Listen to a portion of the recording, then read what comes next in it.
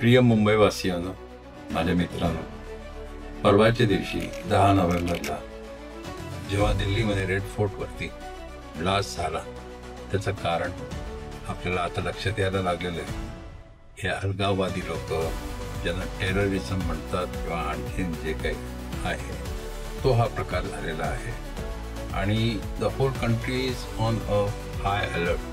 चरमपंथी और आतंकी हमले का संदेह जता रही है. सपनों और सहनशीलता का शहर मुंबई अब चौकीदार बने.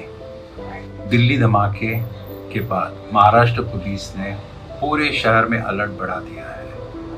Talking about the artery of Mumbai, the local trains, it is very convenient with the suburban trains that it could be under threat as it had happened in the past.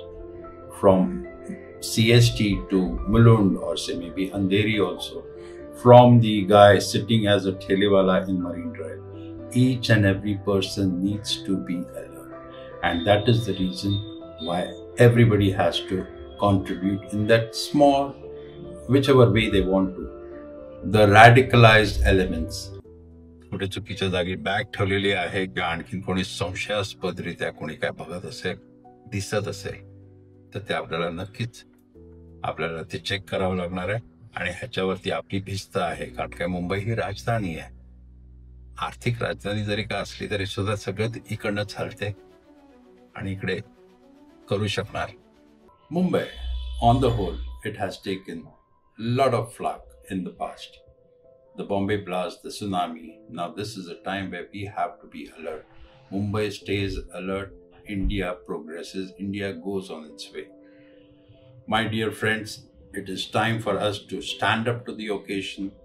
Hopefully nothing happens, but in case something happens, we'll have to be prepared. इस बार सतर्कता हमारा कवच है. सुरक्षित रहो, संप्रभु रहो. भारत अमर रहे, मुंबई सुरक्षित रहे. अगं मुंबई, माझी मातृभूमी, तू अजूनपर्यंत सुनामी बघितली, दहशतवाद बघितला, सगळ्यातनं आपण गेलेलो आहोत. तुझ्या सकट मी सुद्धा, सगळेच्या सगळे. घाबरून चालणार नाहीये. आपल्याला याच्यात सतर्क राहण्याची गरज आहे. कारण एकच आहे, कारण की अगदी ठेलेवाला असला की आपल्या घरी जे कुटुंब बसलेलं आहे तिथपर्यंत सगळ्यांवरती हे सावट आलेलं आहे.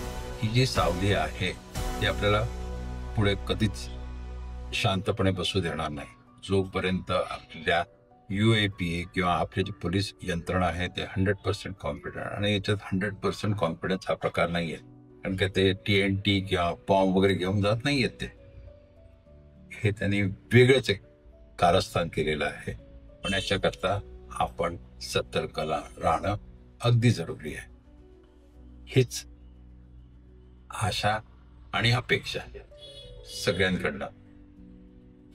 जय हिंद, जय हिंद, जय महान राष्ट्र, जय महान राष्ट्र. धन्यवाद.